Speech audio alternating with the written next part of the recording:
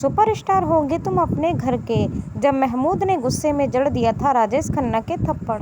Cinema दर्शिका channel के माध्यम से आज हम आपको वो किस्सा सुनाने जा रहे हैं जब महमूद ने गुस्से में आकर सुपरस्टार राजेश खन्ना को जड़ दिया था थप्पड़। तो क्या था वो किस्सा और क्यों राजेश खन्ना को महमूद ने मारा था जोरदार थप्पड़, ये जानने के लिए वीडियो में अंत तक बने रहिए और चैनल को लाइक शेयर एंड सब्सक्राइब जरूर कीजिए। राजेश खन्ना 60 और 70 के दशक में सुपरस्टार हुआ करते थे। उन्होंने लगातार 15 सोलो हिट दी थी, वो भी एक साल में, जिस वजह से वह सुपरस्टार बने थे। बैक टू बैक 15 सुपरहिट फिल्में देने के बाद राजेश खन्ना बॉलीवुड इंडस्ट्री के पहले सुपरस्टार बने थे। जो स्टारडम और प्यार राजेश खन्ना को मिला वो आज तक किसी एक्टर को नहीं मिल सका। तो कई लोगों का यह कहना है कि यही स्टारडम उनके सिर पर चढ़ गया था, जिसकी वजह से वह अक्सर सेट पर लेट आते थे और वह खुद को काफी बड़ा सुपरस्टार समझने लगे थे, जिस वजह से वह को स्टार्स पर अपनी धौंस भी जमाया करते थे। सुबह की शूटिंग में वह शाम को पहुंचते थे और कई कई दिनों के लिए वह शूटिंग से गायब भी हो जाया करते थे। इतना ही नहीं, स्टारडम के चलते राजेश खन्ना ने अपनी फीस भी काफी ज्यादा बढ़ा दी थी। बस यहीं से राजेश खन्ना का डाउनफॉल शुरू हो गया था। वरिष्ठ पत्रकार और लेखक रशीद किदवई ने अपनी किताब में लिखा था, नेता अभिनेता Bollywood star and power in Indian politics में जिक्र किया था उन्होंने इस किस्से का। उन्होंने इस किताब में जिक्र करते हुए बताया था कि डायरेक्टर से लेकर यूनिट तक सभी काका के नखरों से काफी ज्यादा परेशान रहा करते थे। मगर क्या किया जाए, राजेश खन्ना उस समय के सुपरस्टार हुआ करते थे। वह टाइम पर आए या ना आए, उनके साथ फिल्म बनाने में कोई भी दिक्कत किसी को नहीं होती थी। उनके साथ फिल्म बनाने वालों की कमी नहीं थी, सिर्फ उनके स्टारडम से फिल्में चलती थी और प्रोड्यूसर को काफी ज्यादा फायदा होता था, जिस वजह से हर कोई प्रोड्यूसर उनके साथ काम करने के लिए काफी जल्दी तैयार हो जाया करता था। बस यही वजह थी कि डायरेक्टर्स उनके देर से आने पर भी बात को बर्दाश्त कर लिया करते थे, क्योंकि इसमें उनका ही फायदा हुआ करता था। बॉलीवुड के मशहूर कॉमेडियन महमूद अली ने अपनी एक फिल्म जनता का हवलदार में राजेश खन्ना को साइन किया था। उन्होंने इस फिल्म के लिए राजेश खन्ना को साइन किया था, तब उनका स्टारडम थोड़ा कम होने लगा था, लेकिन आदत से मजबूर राजेश खन्ना हमेशा ही सेट पर लेट आया करते थे। वह सुबह की शूटिंग में अक्सर दोपहर में आया करते थे। महमूद इस फिल्म के डायरेक्टर भी थे।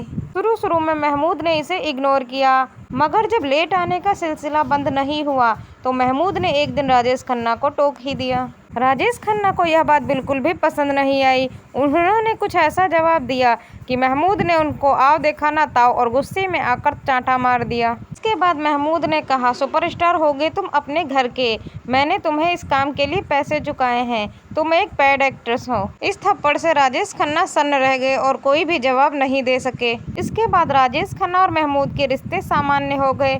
उन्होंने जल्द ही फिल्म की शूटिंग पूरी की। जनता का हवलदार मूवी 27 अप्रैल 1989 को रिलीज हुई थी। इस थप्पड़ कांड का हर एक न्यूज़पेपर में जिक्र था। इस फिल्म को रिलीज हुए पूरे 46 साल हो चुके हैं, मगर उस वक्त थप्पड़ कांड की चर्चा की वजह से ये फिल्म काफी ज्यादा सुर्खियों में रही। देश और दुनिया के हर पत्रिका और न्यूज़पेपर में थप्पड़ कांड का जिक्र था।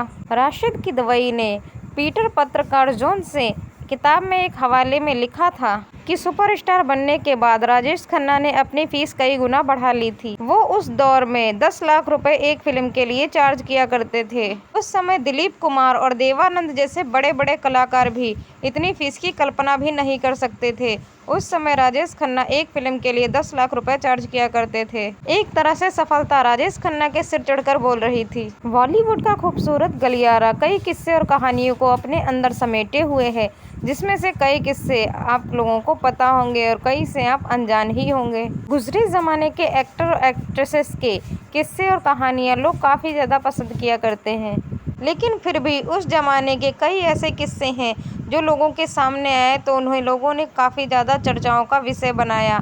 उस वक्त मीडिया नहीं थी, फिर भी लोग काफ़ी ज़्यादा उत्सुक रहा करते थे फिल्मी सितारों के बारे में जानकारियाँ लेने के लिए। ऐसे ही कुछ चुनिंदा किस्से हम आप तक पहुंचाते रहते हैं। ऐसा ही एक किस्सा हम आपको सुना रहे हैं, बॉलीवुड के king of comedy Mahmood Ali और पहले सुपरस्टार राजेश खन्ना से जुड़ा ये किस्सा। इस किस्से ने उस दौर में काफ़ी ज़्यादा सुर्खियां बटोरी थी। हर किसी की जुबां पर सुपरस्टार को थप्पड़ मारने वाला किस्सा ही रहा करता था। तो आखिर क्यों महमूद राजेश खन्ना से इतना ज़्यादा नाराज़ हो गए कि ना सिर्फ उन्हें खरी खोटी सुनाई बल्कि सरेआम उन्हें थप्पड़ से भी मार दिया। रिपोर्ट्स की माने तो राजेश खन्ना को यह बात बिल्कुल भी पसंद नहीं आई कि महमूद ने उन्हें सरेआम थप्पड़ मारा, पर धीरे धीरे दोनों के रिश्ते सामान्य हो गए और दोनों ने पूरी फिल्म में अच्छे से काम किया। राजेश खन्ना ने अपनी देर से आने की आदत में थोड़ा बहुत सुधार कर ही लिया था। राजेश खन्ना अपने स्टारडम के चलते सभी शूटिंग सेट्स पर अक्सर ही लेट पहुंचा करते थे। इस वजह से एक बार धर्मेंद्र भी इनसे काफ़ी ज़्यादा गुस्सा हो गए थे। फिल्म धर्म और कानून की शूटिंग के दौरान धर्मेंद्र ने काफ़ी टाइम तक इंतजार किया, जिसकी वजह से वह राजेश खन्ना से काफ़ी ज़्यादा गुस्सा हो गए थे। बार ऐसा ही महमूद के साथ भी हुआ था। महमूद का मजाक ही उन पर पड़ गया था काफी ज्यादा भारी। साल 1973 में आई मल्टी स्टारर फिल्म जुगनू, जिसमें हेमा मालिनी, धर्मेंद्र और महमूद अली भी शामिल थे, लेकिन महमूद की मजाक के वजह से उन्हें बीच ही फिल्म में से शूटिंग से बाहर कर दिया गया था। फिल्म निर्देशक प्रमोद चक्रवर्ती इस फिल्म की शूटिंग कर रहे थे। फिल्म की शूटिंग के बाद दोनों के बीच बातचीत शुरू हो गई।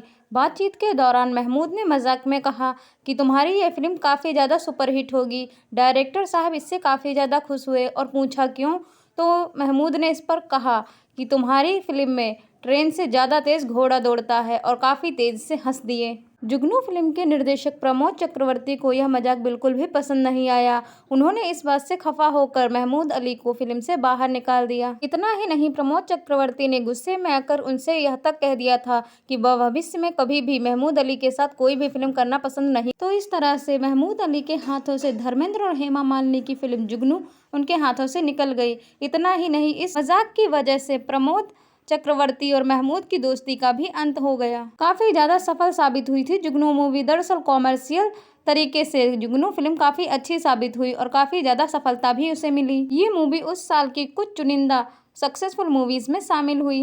आपको बता दें कि धर्मेंद्र की मूवी जुगनू दूसरी बैक टू बैक हिट साबित हुई, जो कि बॉक्स ऑफिस पर धमाल मचा गई थी। इससे पहले साल 1971 में आई फिल्म नया जमाना भी काफी ज्यादा पॉपुलर रही थी। भले ही मैं मुसलमान हूँ, मुझे मरने के बाद दफनाना नहीं जला देना, घर वालों ने अंत समय में महमूद का साथ तक छोड़ दिया था। कॉमेडियन महमूद अली की सबसे बड़ी प्रॉब्लम यही रही कि किसी ने उन्हें सीरियस नहीं लिया, चाहे उनके घर वाले हों या सिनेमा वाले हों या कि पत्रकार हों। सभी को ये लगता था कि महमूद काफी खुशहाल जीवन जी रहे हैं, पर वह अंदर से पूरी तरह से अकेले और काफी ज्यादा दुखद जीवन व्यतीत कर रहे थे। महमूद का नाम आते ही लोगों के चेहरे पर एक हंसी सी आ जाती है, लेकिन महमूद ने पग पग पर काफी ज्यादा गरीबी और दुखों का सामना किया है।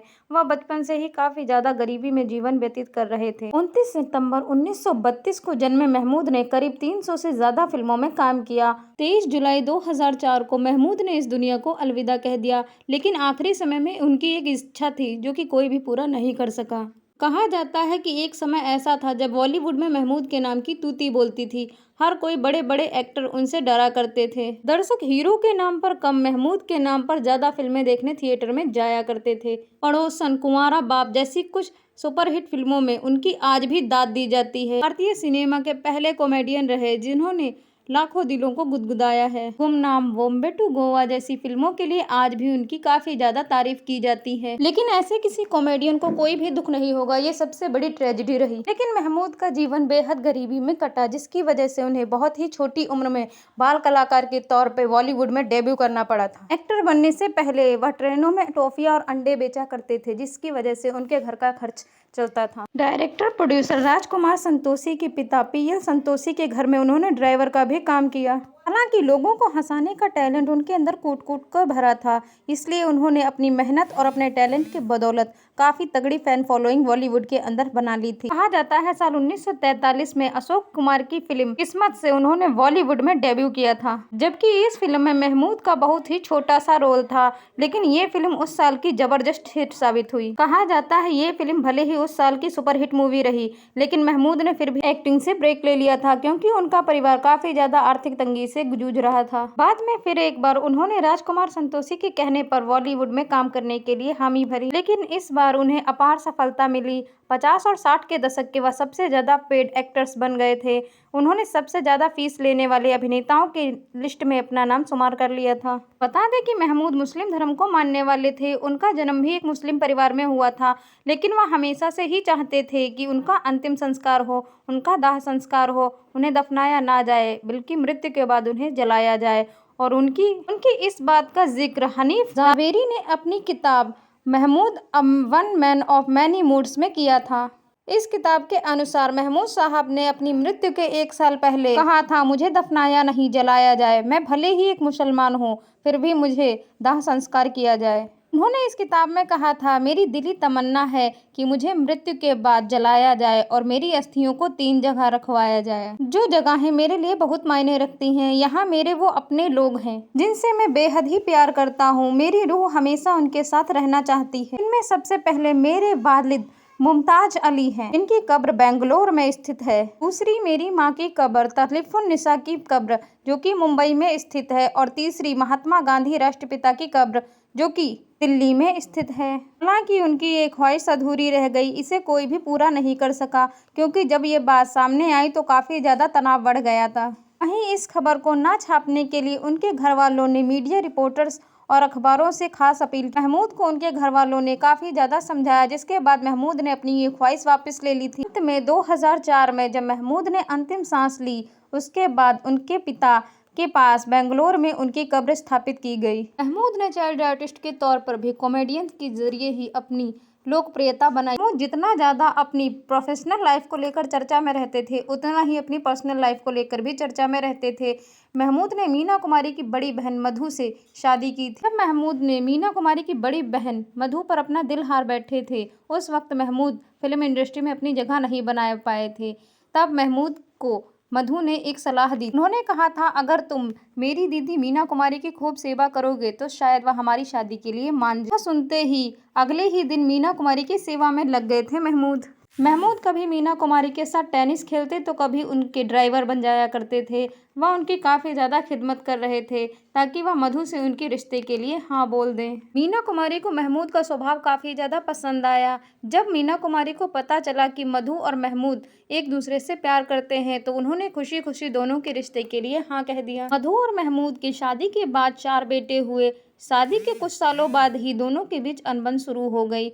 दोनों ने एक दूसरे से तलाक लेकर अपने रिश्ते का अंत कर दिया। बॉलीवुड के मशहूर गायक किशोर कुमार के साथ महमूद का एक किस्सा काफ़ी ज़्यादा प्रसिद्ध हुआ था। कहा तो यह भी जाता है कि महमूद किसी के पास भी काम मांगने के लिए चला जाया करते थे। एक बार वह किशोर कुमार के पास काम मांगने के लिए गए थे, लेकिन किशोर कुमार ने उन्हें फिल्म में लेने से साफ इनकार कर दिया। महमूद इस बात से ज़रा भी गुस्सा नहीं हुए, उल्टा उन्होंने कहा, जब आप कोई बड़ी फिल्म बनाना तो मुझे ज़रूर उस फिल्म में ले लेना। कुछ समय बाद महमूद ने पड़ोसन फिल्म बनाई, जिसमें किशोर कुमार को गाना गाने का मौका मिला था। महमूद एक ऐसे कलाकार थे जिसे देखकर हर दुखी से दुखी इंसान भी हंसी से लोटपोट हो जाया करता था। महमूद की कॉमेडी काफ़ी ज़्यादा सराहनीय रही थी। भारतीय हिंदी सिनेमा का ऐसा कलाकार जिसने जब चाहा तब हंसाया और जब चाहा तब रुलाया।